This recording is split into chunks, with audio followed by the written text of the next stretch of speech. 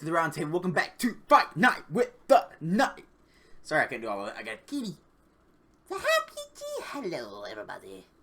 So, we got a cat, we got drinks, and we got snacks. And I ain't talking just about me. We got a lead request, death battle, Omni-Man versus Homelander, Invincible versus the boys.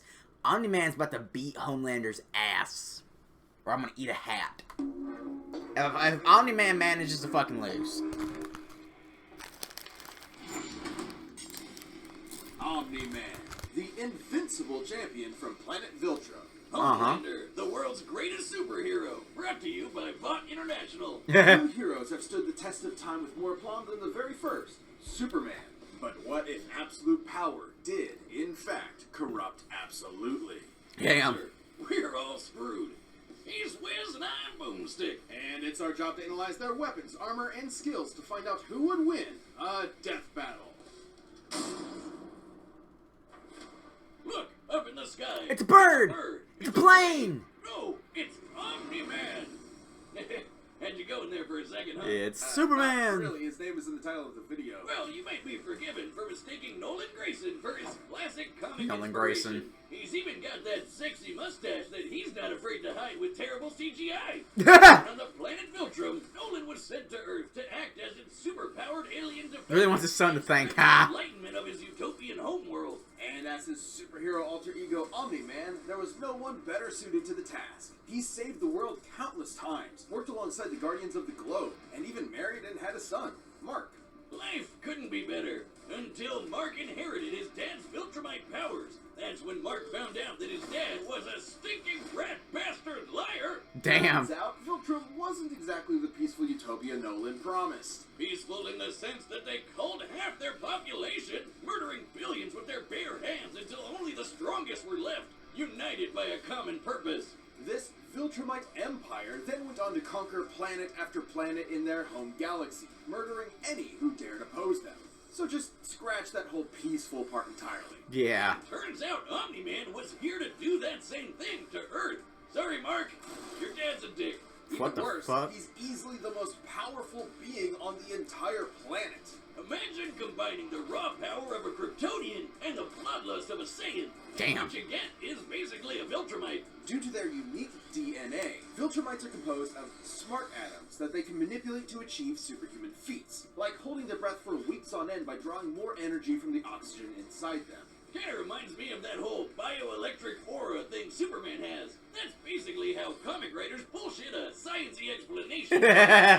Except smart atoms make even less sense. How can atomic structure be designated by your DNA? DNA is made of atoms. It's completely nonsensical biological hogwash that I cannot stand. Uh-oh, comics fans. I'm calling this debunked. Viltrumites can fly, withstand near absolute zero temperatures, and even possess insane healing factors.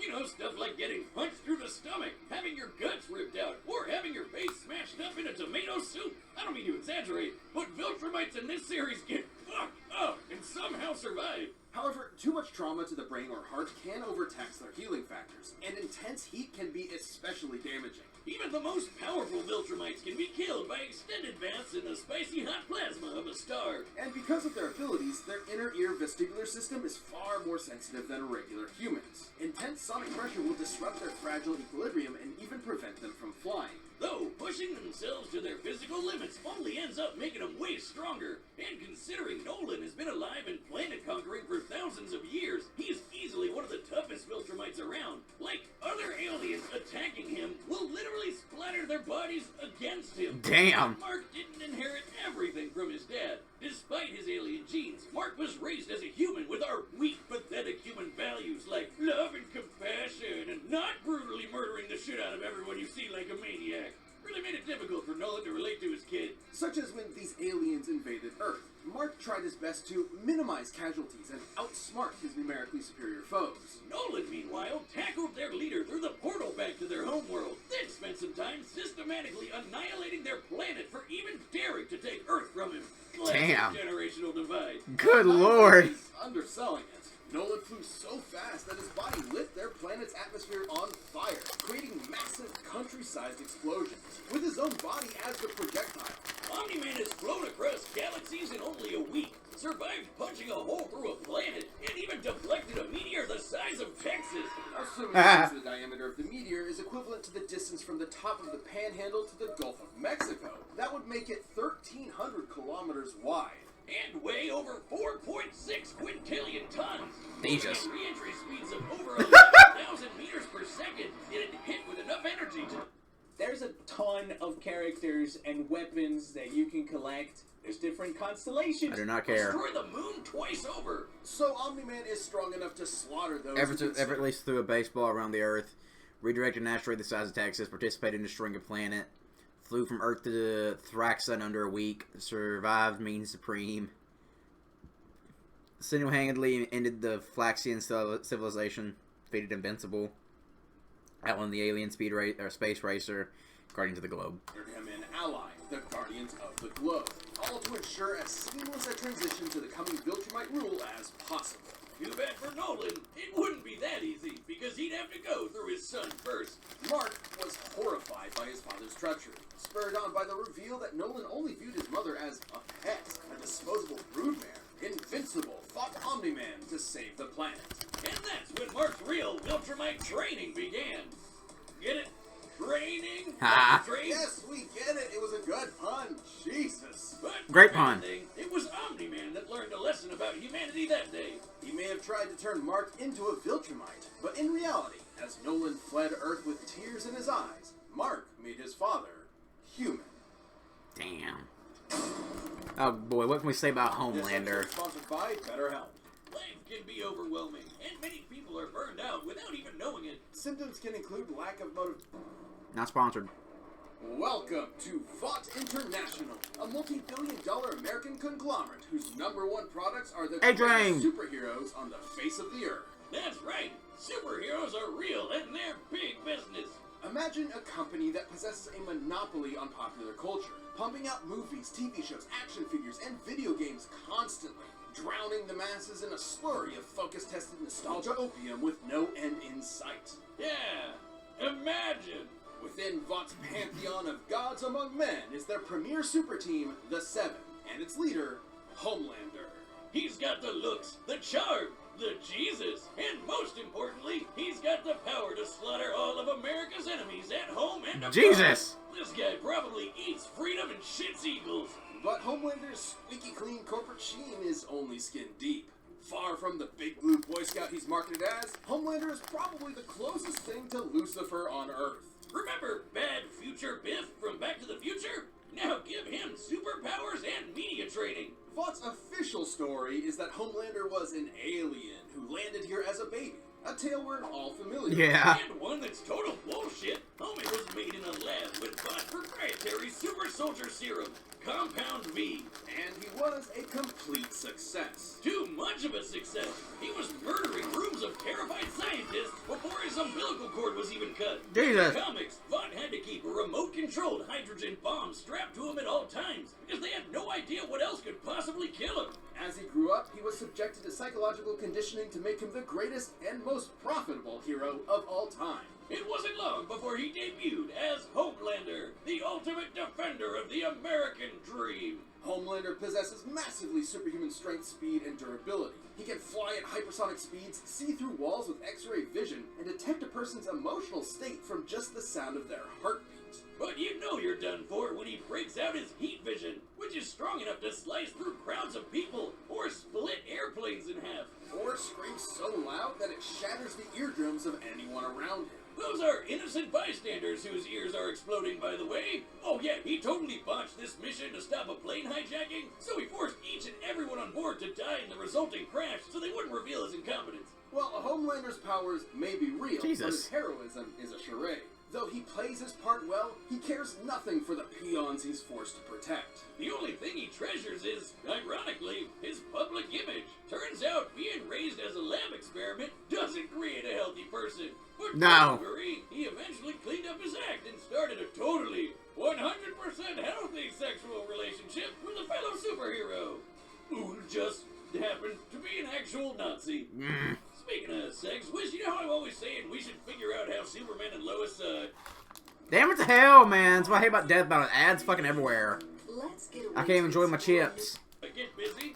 Well, forget that, because Homelander proved that they can when his ejaculation blew his partner to smithereens. What the Who fuck? proved that? Look, there's no way to sugarcoat this. Considering a human's load has much less mass than a shotgun pellet, it would have to be moving significantly faster to achieve the same kinetic energy. Over 1,500 meters per second, or 4.5 times faster than sound. That's right. Homelander can bust a nut faster than the speed of sound. Well, good night, everybody. Ooh, kind of sucks for humanity that they made this dude the most powerful being on the planet and a psycho murderer. That's no exaggeration. Stillwell even commented that Homelander has proven Airslip threw a baseball into orbit, hurled a fighter jet with one hand, escaped a C4 explosion mid-detonation, could survive any no man-made weapons, ruptured the ears of all passengers on an airliner, stronger than Queen Maeve, killed Professor Bonsai, Mr. Marathon, and the President. immune to every weapon known to mankind, no matter how powerful. Humanity literally lacks the ability to kill him. That'd include nuclear weapons as powerful as the Tsar bomb, which exploded with the energy of 50 megatons of TNT. Actually, it could have exploded with twice that. But the Soviets who created it were afraid it would irreversibly alter Earth's biosphere and end the world. That's right, we all almost died. And that's the kind of shit Homelander can shrug off no problem. He's strong enough to throw a jet with one hand and fast enough to outspeed a C4 explosion. Despite being an emotionally stunted man-child, Homelander is still surprisingly cunning and able to manipulate those around him. Though it probably wasn't too smart to piss off the world's angriest limey, Billy Butcher. Yeah, turns out forcibly fathering a bastard son with someone else's wife is not a good idea. Of note, as unjustifiable as it is, to Homelander, this gave him something he never had before. Some small measure of control over his own life. Being born Font's star pupil meant he was under their thumb from the day he was born. His superpowered son was the first thing that was truly his and might be his best option for a new beginning. Or not. He's fine. This episode is sponsored by Mint Mobile. After years of fine print content, We've run the data through all I got possible- Omni-Man. it's time for a death Homelander's just not on that level, man.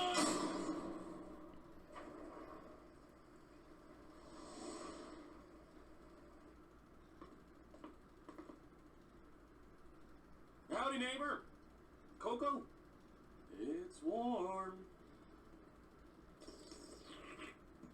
You know, Nolan, Homelander is more than just a superhero.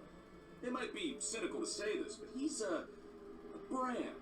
And it's very important to me that that brand means something. And if I'm playing second fiddle to some goddamn alien, what's really the point, right? What do you think, Debbie? Aw, she's shy.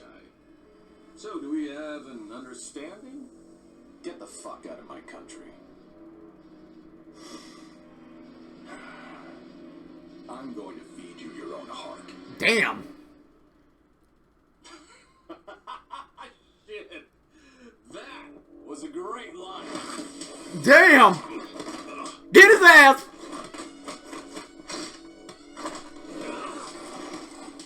Country? Seriously? I'm not here for your country. I'm here for the planet. We got snacks. Damn.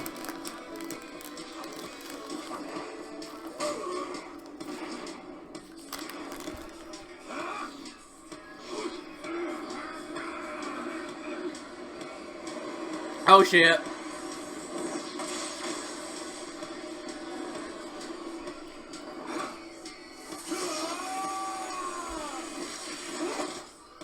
Ever been hit by some of your own signs before?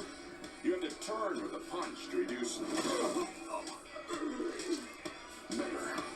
Damn. He's schooling him.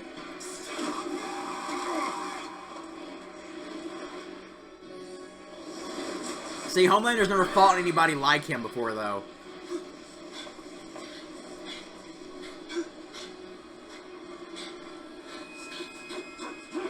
What's the matter? Are you going to cry? Jesus Christ. What's wrong with you? I'm gonna flash right at those shit son of yours! There's one less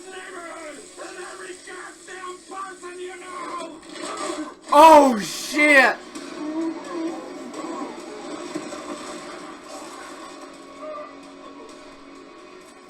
Remember what I promised you. Now swallow.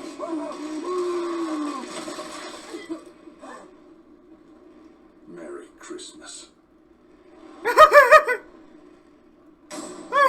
KO! Wiz, if there's a god, it sure seems like he was working out some aggression there. Despite Homelander's dominance within the world of the boys, he's a big fish in a small pond, relatively speaking. Homelander can move faster than sound, while Omni-Man can move faster than... 7.2 billion times faster, 60 billion times stronger. Healing factor, superior flight ability, counters Omni-Man's flight by attacking equilibrium.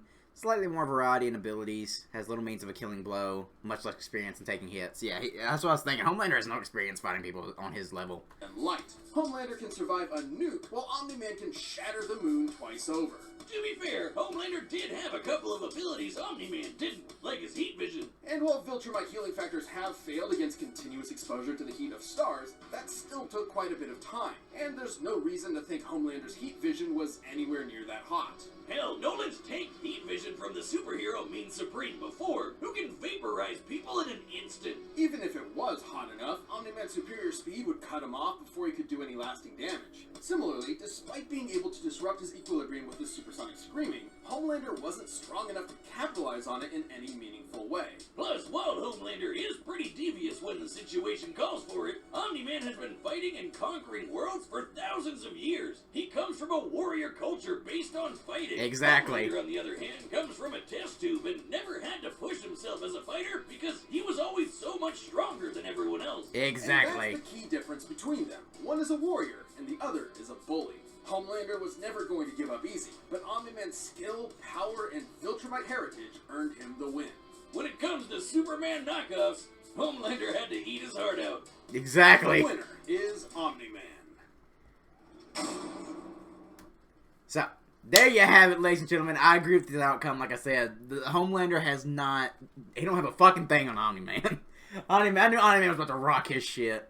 So, I agree with this outcome. Thank you so much, Lee, for requesting this. I hope you guys enjoyed this as much as I did. And as always, I'll see you in the next battle.